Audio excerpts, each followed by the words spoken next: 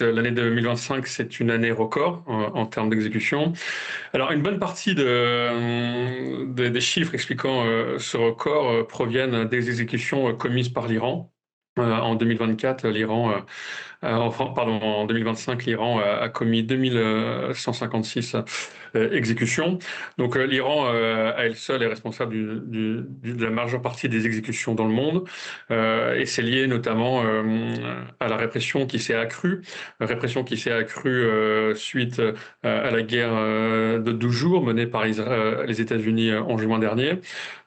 Pour être très clair, entre janvier et juin 2025, vous avez 654 exécutions et de juin à décembre, après l'intervention américaine, pardon, vous avez 1505 exécutions.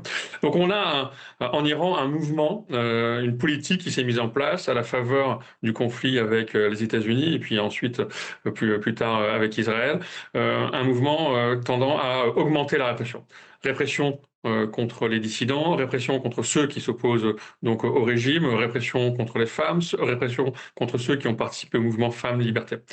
Heureusement, il y a quand même des bonnes nouvelles parce que on assiste à un record des exécutions, il faut le dire, il faut le souligner, c'est extrêmement important. Mais ce record d'exécution se limite à un nombre de pays. De plus en plus, le nombre de pays qui recourent à la peine de mort est circonscrit. Aujourd'hui, en 2025, ce sont 17 pays qui ont commis des exécutions dans le monde. Alors, le chiffre qu'on évoque, ce chiffre record, c'est un chiffre qui concerne les cas que vous avez pu recenser, parce que il y a certainement aussi des zones d'ombre. Alors, est-ce qu'il est possible d'estimer, de se dire combien de cas vous n'avez pas pu recenser? Ça se compte en dizaines, en centaines, en milliers de cas? C'est une très bonne question. Et effectivement, le rapport annuel d'Amnesty sur les exécutions que nous produisons chaque année, condamnation, exécution, en fait, décrit un minimum. Décrit un minimum, pourquoi? Parce que dans tous les pays, nous n'avons pas accès aux informations qui pourraient être disponibles. Si nous prenons par exemple le cas de la Chine, depuis 2009, notre mouvement, Amnesty International, a décidé de renoncer à exprimer le moindre chiffre concernant les condamnations et exécutions pratiquées en Chine, parce que ces informations n'était pas fiable. Ce qui fait qu'aujourd'hui, finalement, en Chine, et on le sait quand même, il y a quand même des informations qui fuitent, on sait qu'il y a des milliers de condamnations et d'exécutions qui ont lieu en Chine. Mais il y a des informations qui fuitent parce que dans la presse, par exemple, les autorités chinoises font part de leur volonté de lutter contre la corruption, notamment la corruption des fonctionnaires, des entrepreneurs, etc. Donc il y a un certain nombre d'informations qui fuitent. Les informations sont classées secret d'État en Chine et vous avez un certain nombre de pays, par exemple, comme la Corée du Nord, le Vietnam, où aussi là, les informations ne sont pas disponibles.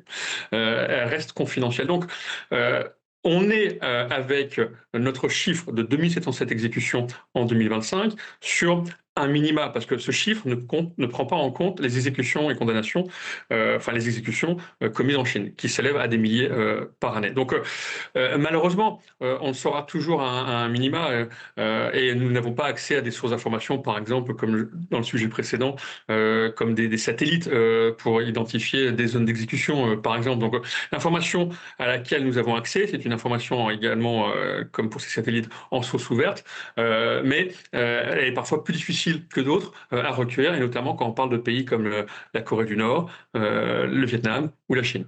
Alors justement, vous parlez de la Chine, de la Corée du Nord, vous avez évoqué aussi l'Iran. Est-ce qu'il y a un profil type, entre guillemets, de l'État qui continue à appliquer la peine de mort aujourd'hui?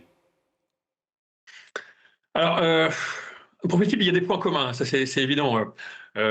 Si on prend les 10 pays qui ont recouru aux exécutions depuis maintenant 5 ans, ils sont une dizaine. Je vais vous les citer. Il y a d'abord la Corée du Nord, la Chine, le Vietnam. D'un autre côté, vous avez également les États-Unis. Et puis, vous avez ces pays en Afrique du Nord et Moyen-Orient, donc l'Égypte, l'Irak, l'Iran, l'Arabie Saoudite, la Somalie et le Yémen. Donc, on a d'un côté des démocraties. Par exemple, les États-Unis sont une démocratie qui pratique la peine de mort. On a également le Japon à l'extrême est, qui est extrême orientale, qui pratique la peine de mort, qui est une démocratie également. Et vous avez ces régimes qui sont ces régimes autoritaires. et qui utilisent la peine de mort pour asseoir leur domination, instiller la peur dans la société, et qui, au-delà de réprimer la dissidence, comme c'est le cas, ou les tentatives de ralliement aux Américains, par exemple, comme dans le cas de l'Iran, et qui vont aller essayer de faire baisser les têtes, comme on dit. Il y a ceux qui pratiquent également la peine de mort, comme c'est le cas dans un certain nombre de ces pays, pour lutter contre, par exemple, le trafic de stupéfiants.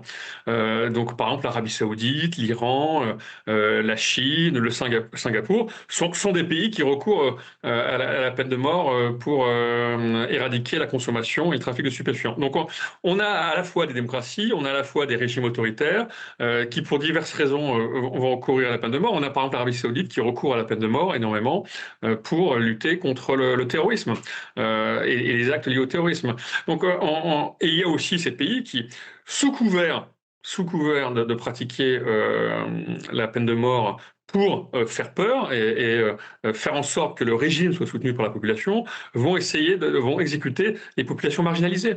Alors, c'est le cas en Iran. En Iran, par exemple, les Baloutches, les Kurdes, les Afghans sont particulièrement ciblés par le recours à la peine de mort. Donc, on a des traits dominants qui ressortent, mais il y a quand même des nuances qui font que tous ces pays ne se ressemblent pas. Alors, d'après votre rapport, une vingtaine de pays ont décidé de commuer la peine de mort en détention à perpétuité, voire en grâce. Est-ce que ça dit quelque chose de l'évolution de cette pratique dans le monde ? Oui, alors clairement.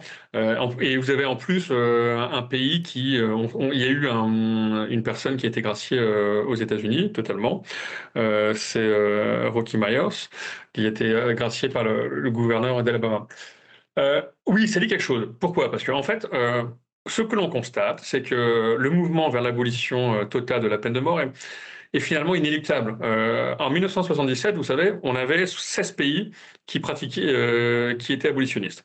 Aujourd'hui, nous avons 113 pays qui sont abolitionnistes en droit, c'est-à-dire plus de la moitié des pays du monde, et 145 qui sont abolitionnistes en droit et en pratique. En pratique, parce que ça fait 10 ans qu'ils n'ont pas recouru à la peine de mort. Donc 145, c'est 2 tiers des pays du monde qui aujourd'hui ont renoncé à la peine de mort.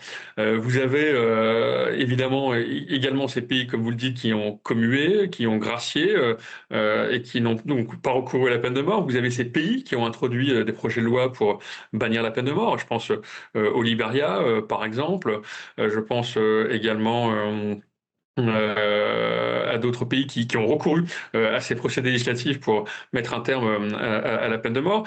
Aux États-Unis, qui est un pays qui recourt à la peine de mort, il y a comme 23 pays, 23 États pardon, qui sont au sein des États-Unis qui sont abolitionnistes. Donc, au Vietnam, vous avez ce pays qui est connu pour pratiquer la peine de mort et qui le fait en secret, a annoncé avoir renoncé à la peine de mort pour 8 infractions. Pour le transport de stupéfiants, pour la corruption, pour les détournement de fonds. La Gambie, pareil, a renoncé à la peine de mort pour un certain nombre d'infractions. Donc, on le voit, le Kyrgyzstan est un exemple aussi intéressant parce qu'au Kyrgyzstan, la Cour constitutionnelle a reconnu comme étant inconstitutionnel le fait de rétablir la peine de mort. Donc on le voit, il y a une démarche, une volonté politique un peu partout dans le monde de renoncer à ce châtiment extrêmement cruel, inhumain et dégradant et de renoncer à commettre des meurtres d'État. Donc cette démarche, cette marche vers l'abolition, elle est inéluctable. Et on le voit d'autant plus que, comme je le disais au début, le nombre de pays qui pratiquent la peine de mort est circonscrit. L'année dernière, en 2024, vous aviez 15 pays. En 2025, vous en avez 2 de plus, donc 17 pays qui pratiquent la peine de mort. Donc on peut le dire, aujourd'hui, la peine de mort est vouée à disparaître, malgré le caractère préoccupant, comme vous l'avez souligné, de notre rapport, qui rappelle que en 2025, 2707 exécutions, et le chiffre le plus haut qui doit faire écho dans notre imaginaire français, puisqu'en 1981, depuis 1980, donc ce chiffre est plus haut, et en 1980, en France, il y avait l'abolition de la peine de mort.